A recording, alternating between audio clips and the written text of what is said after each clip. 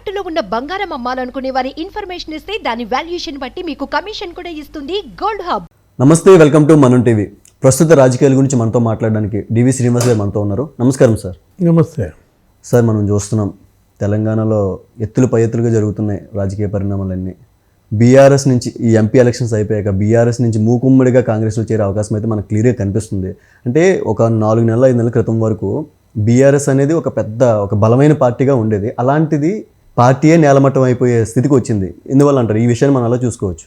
భారత రాష్ట్ర సమితిగా పేరు మార్పే తప్పు.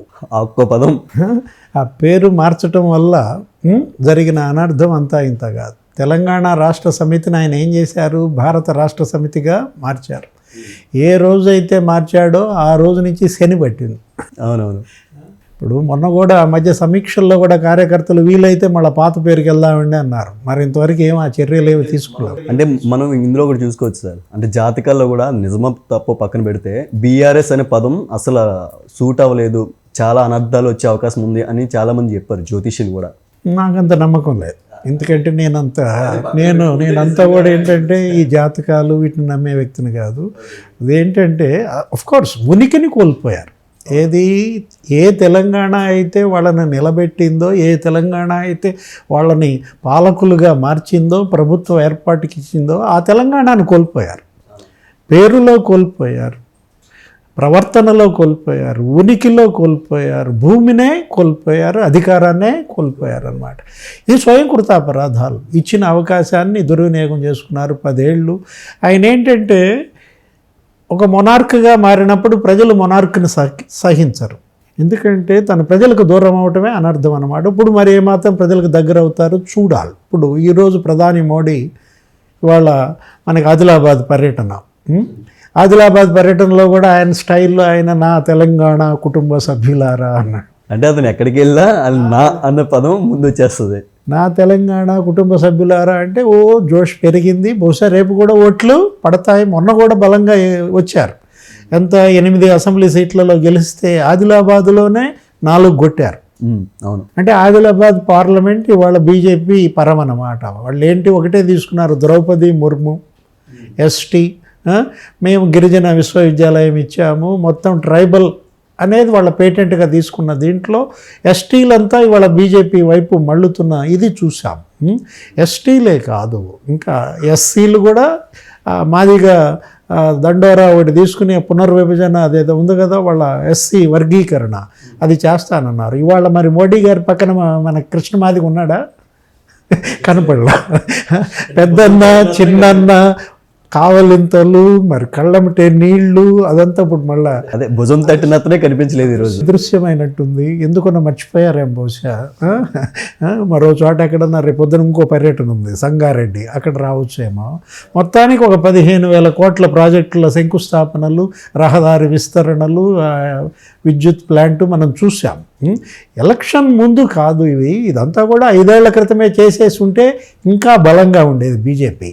పసుపు బోర్డు ఎన్నికలకు ముందు వేయటం కాదు, ముందే వేసేసుకుంటే ఈ పరిస్థితి వచ్చేది కాదు. గిరిజన విశ్వవిద్యాలయం సమ్మక్క సారక్క కూడా ముందే చేసేసి ఉంటే బాగుండేది. సరే, కేసీఆర్కి మోడీకి మధ్య అంతర్యుద్ధం. మోడీని కేసీఆర్ ఒకసారి మోడీ అంటాడు, ఇంకోసారి మోడీ అంత గొప్పవాళ్ళు లేడు అంటాడు. వీటన్నిటి వల్ల చివరికి ఆ కవిత ఈడీ కేసుల్లో ఇరుక్కోవటం దరిమల. ఇవాళ బీఆర్ఎస్ ఏంటి? బతుకు పోరాటం. బతికితే చాలు. ముందు ఎలా రేపొద్దున పార్లమెంట్ ఎన్నికల్లో 5-6 సీట్లన్నా కొట్టాలి. అది గనక కనీసం 5 సీట్లు సాధించలేకపోతే 17 సీట్లలో 1-2 సీట్లకే పరిమితం అయితే వాళ్ళు కూడా ఉండరు. ఇప్పటికే ఆల్రెడీ అందరూ మారిపోతున్నారు. ఇవాళ కూడా ఆ పుల్లా పద్మావతి ఎమ్మెల్సీ అనుకుంటా కాంగ్రెస్కి వచ్చేస్తున్నట్టుంది. అదే మాట్లాడారు. ఆ తర్వాత ఇంకొకళ్ళు ఎవరు, వరంగల్ ఖాళీ అయిపోయినట్టుంది బీఆర్ఎస్. వరంగల్ ఆమె ఎవరో ఉంది కదా, గుండు సుధారాణి. మొత్తం అసలు 4 ఎమ్మెల్యేలు ఫస్టే వచ్చి కలిశారు కదా, సునీత లక్ష్మారెడ్డి, వీళ్ళందరూ కూడా. సరే, మేమేదో నియోజకవర్గ అభివృద్ధి పనుల కోసం అని చెబుతారు, అది వేరే విషయం. అంటే కలవద్దని చెప్పినా సరే మనం వెళ్ళి కలిశారు. అంటే బొంతు రామ్మోహన్ వచ్చేసాడు, మనం చూసాము. చాలామంది చేరిపోతున్నారు. కాంగ్రెస్ సగం మింగుతుంది. ఇక బీఆర్ఎస్ ఇవాళ వచ్చాడు కదా అసలు వ్యక్తి ఎవరు, మోడీ. ఇంకా రేపు సంగారెడ్డి కూడా ఉంది కాబట్టి మిగతా సగం బీజేపీ మింగడానికి సిద్ధంగా ఉంది. కిషన్ రెడ్డి గారి స్పీచ్ కూడా మీరు విన్నారు. ఏమిటి ఈరోజు ఏం మాట్లాడారు? అది పాత పార్టీ అన్నాడు, అది అవుట్డేటెడ్ అన్నాడు. ఏది? బీఆర్ఎస్. ఇంకా బీఆర్ఎస్ గురించి ముగిసిన అధ్యాయం అన్నట్టుగా కేంద్ర మంత్రి కిషన్ రెడ్డి అంటున్న దీంట్లో ఇక్కడ తెలంగాణ ప్రజలు మళ్ళా బీఆర్ఎస్ని మరి ఎంత మేరకు నిలబెడతారు అనేది చూడాలి. తెలంగాణ ప్రజల విశ్వాసాన్ని బీఆర్ఎస్ ఎంత పొందుతుందనేది కూడా చూడాలి. ఇప్పటికీ కేసీఆర్ నిన్న మాట్లాడారు, కరీంనగర్ సమీక్ష ఏదో చేశారు. కరీంనగర్ రేపొద్దు నుంచి బస్సు యాత్రలో ఏదో అన్నాడు. దానికి కూడా మనం చెప్పాము, ఏది మిడ్ మానేరులో కూడా జరిగింది. అయినా మేము బాగు చేయించుకోలేదా? ఏం మేడిగడ్డ బాగు చేపిస్తే ఏమవుద్ది అంటూ ఒక పన్ను చెడిపోతే మొత్తం పళ్ళన్నీ బీకిస్తారా? డెంటల్ డాక్టర్ బయటకు వచ్చాడు కేసీఆర్లో. ఏంటి పన్ను సిద్ధాంతం ఏదో చెప్తున్నారు. ఒక పన్ను గనక చెడిపోతే ఆ పన్ను బాగు చేయించుకుంటాం కానీ మొత్తం పళ్ళు పీకేస్తారా అని మేడిగడ్డ 3 పిల్లర్లు దెబ్బతింటే మొత్తం పిల్లర్లన్నీ కూల్చేస్తారా అంటున్నాడు. ఇది కాదు కదా, పన్ను వేరు పిల్లర్ వేరు. ఇది సిద్ధాంతం కొంచెం మరి బూమరాంగ్ అయ్యే ప్రమాదం ఉంది. కేసీఆర్ గారు మీరు పన్ను సిద్ధాంతం తీసుకొచ్చారు. ఏ విధంగా అయితే చంద్రబాబు 2 కళ్ళ సిద్ధాంతం ఎట్లా బూమరాంగ్ అయి తెలుగుదేశమే అంతర్ధానం అయ్యే పరిస్థితి వచ్చిందో, ఇప్పుడు మరి కేసీఆర్ గారి కొత్త సిద్ధాంతం ఏంటిది? పన్ను సిద్ధాంతం. పన్ను పాడైతే మొత్తం పళ్ళు పీకిచ్చేస్తారా అంటే మొత్తం బీఆర్ఎస్ని పీకిచ్చేసే పరిస్థితి వస్తుందేమో చూడాలి. బీఆర్ఎస్ నుంచి ఎంపీలు గెలుస్తారు కదా, ఎంతో కొంతమంది గెలుస్తారు కదా, వాళ్ళు ఎవరికి సపోర్ట్ చేసే అవకాశం ఉంది సార్? అంటే ఇప్పుడు బీజేపీ నుంచి వాళ్ళు విమర్శలు చేస్తున్నారు, వాళ్ళకి సపోర్ట్ చేసే అవకాశం ఉండకపోవచ్చు కదా ఈ లెక్కను చూస్తే? ఎవరు దాళ్ళు చూసుకుంటారు. ఇప్పుడు ఏంటంటే రేపు గెలిచిన వాళ్ళు కూడా బీఆర్ఎస్లో ఉంటారన్న నమ్మకం లేదు.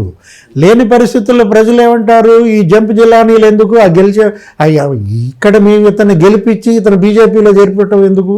ఇతన్ని ఇక్కడ గెలిపించి కాంగ్రెస్లో చేరటం ఎందుకు? కాంగ్రెస్ని గెలిపిస్తే పోవాలా? బీజేపీనే గెలిపిస్తే పోవాలా? స్థిరంగా ఉంటారు. అంటే ఈ లెక్కను చూసుకుంటే ఇంకా కాంగ్రెస్ పెరిగే అవకాశం ఎక్కువ ఉంది. అయితే స్వీప్ చేస్తుంది. ఎందుకంటే ఈరోజు మీరు చూశారు రేవంత్ రెడ్డి ఏంటి చాలా వివేచనగా మాట్లాడాడు. ఎంతో విలక్షణంగా అతని స్పీచ్ నడిచింది. ఈరోజు అక్కడ ఆదిలాబాద్లో కూడా మనం ప్రధాని మోడీని చక్కగా వెళ్ళి రిసీవ్ చేసుకున్నాడు. మనమేమనుకున్నాం, కేసీఆర్ పాలసీయే ఈయన కూడా అనుసరిస్తాడేమో. ప్రధాని మోడీ ఎప్పుడు తెలంగాణ వచ్చినా కేసీఆర్ కలిసేవాళ్ళు కాదు, ఆయనకి జ్వరం వచ్చేది, లేకపోతే ఢిల్లీ వెళ్ళిపోయేవాడు. ఆయన అక్కడ ఎక్కితే ఈయన ఇక్కడ ఎక్కేవాడు. ఇలాంటి పరిస్థితుల్లో ఎడముఖం పెడముఖంగా చూసాం. తెలంగాణ ముఖ్యమంత్రి, దేశ ప్రధాని ఇద్దరి మధ్య ఎడ్డెమంటే తెడ్డెమన్న పరిస్థితుల్లో తెలంగాణ తీవ్రంగా నష్టపోయింది. గత 10 ఏళ్లలో కేంద్రం నుంచి రావాల్సిన ఏమీ రాబట్టుకోలేని పరిస్థితి, ఇవ్వని పరిస్థితి మోడీదైతే, తెచ్చుకోలేని పరిస్థితి కేసీఆర్ది. నష్టం ప్రజలకు జరిగింది. ఇప్పుడు రేవంత్ కొత్త ముఖ్యమంత్రి ఏం చేస్తున్నాడు? వెళ్ళి కలిశాడు, ఢిల్లీ వెళ్ళి ప్రధాని మోడీని కలిశాడు ప్రోటోకాల్ ప్రకారం. ఈరోజు మళ్ళీ మోడీ వచ్చినప్పుడు రిసీవ్ చేసుకున్నాడు. అది ప్రోటోకాల్. అక్కడ ఒక రకంగా కేసీఆర్ కన్నా కూడా రేవంత్ రెడ్డి పైచేయి సాధించాడు. ఇలాంటి పరిస్థితుల్లో అతను ఈరోజు చెప్పిన స్పీచ్ కూడా ఎలా ఉంది? మోడీ పెద్దన్న తరహాలో వ్యవహరించాలి. ఒక చక్కటి ఇది ఇచ్చాడనమాట. పెద్దన్నగా మీరు మా రాష్ట్రానికి కేంద్రం నుంచి రావాల్సినవి ఇవ్వండి, గుజరాత్తో సమానంగా తెలంగాణని చూడండి. అంటే గుజరాత్తో సమానంగా బీజేపీ అన్ని రాష్ట్రాల్లో బీజేపీ అధికారంలోకి రావాలని, అన్ని రాష్ట్రాల్లో బీజేపీ ఎక్కువ సీట్లు గెలవాలన్న కోరిక ఉన్నప్పుడు మోడీకి, షాకి గుజరాత్లో ఎంత అభివృద్ధి చేశారు, ఎన్ని వేల కోట్లు ఇచ్చారు, అలాగే ఆ రాష్ట్రాలకు కూడా ఇవ్వాలి అనేది రావాలి. బీజేపీ నుంచి ప్రజలు అది కోరుకుంటున్నారు, ప్రజల నుంచి బీజేపీ కోరుకునేది వైస్ వర్సా. అది తరువాత. ముందు తెలంగాణ బీజేపీ ఏతర పాలిత రాష్ట్రాల పట్ల బీజేపీ సమభావం కనుక చూపిస్తే ప్రజలు కూడా బీజేపీని నమ్మే అవకాశం ఉంది. Okay sir, thank you sir, thank you so much. నమస్తే.